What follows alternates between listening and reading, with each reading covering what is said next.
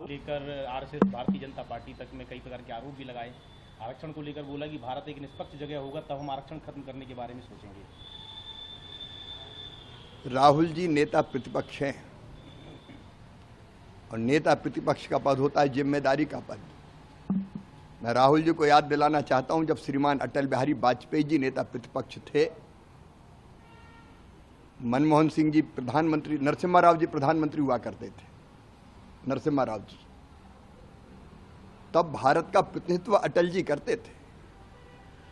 कई मामलों में देश के बाहर कभी भी नेता प्रतिपक्ष ने देश की छवि खराब करने की कोशिश नहीं की। लेकिन ये ऐसे नेता हैं जो कुंठाग्रस्त हैं, लगातार तीसरी बार पराजय के कारण उनके मन में अंध बीजेपी संघ और मोदी विरोध बैठ गया है और वो विरोध करते करते देश के विरोध करने लगे। देश के बाहर कांग्रेस और बीजेपी नहीं होती, देश के अंदर हम मुद्दों पे लड़ सकते हैं, लेकिन देश के बाहर केवल भारत होता है।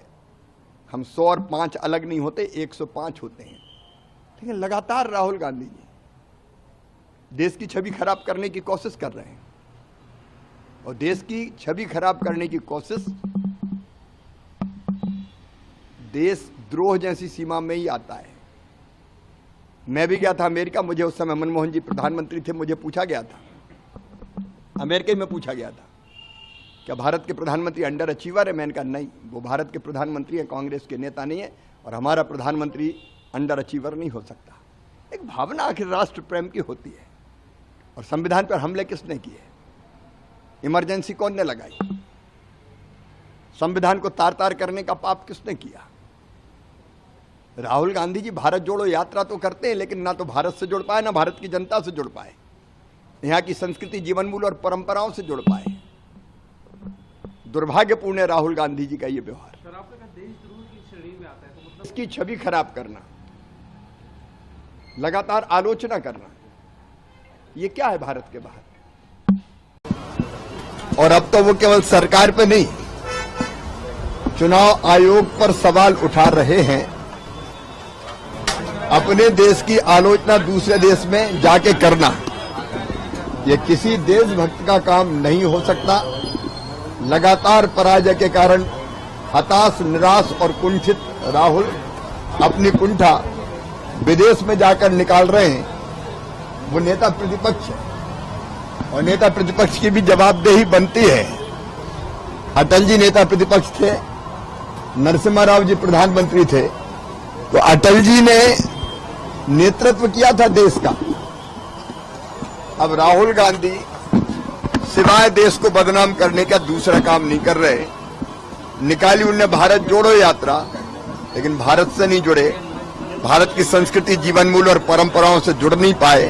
पर अब तो इलेक्शन कमीशन पर भी वो सवाल उठा रहे हैं। मैं मानता हूं कि हताश और निराश राहुल अब विदेश में रोना रो रहे हैं। सर, हेमंत सोरेन भी लगातार सवाल उठा रही है। वो कह रही है कि हमें सिर्फ परेशान किया जा रहा था और अब पूरी राजनीतिक फांसी पर चढ़ाने की बात उन्होंने कही है कि विपक्ष को अब पूरी तरीके से हमें फांसी पर चढ़ाना चाहते हैं। बर्बाद तो झारखंड को किया जा रहा है।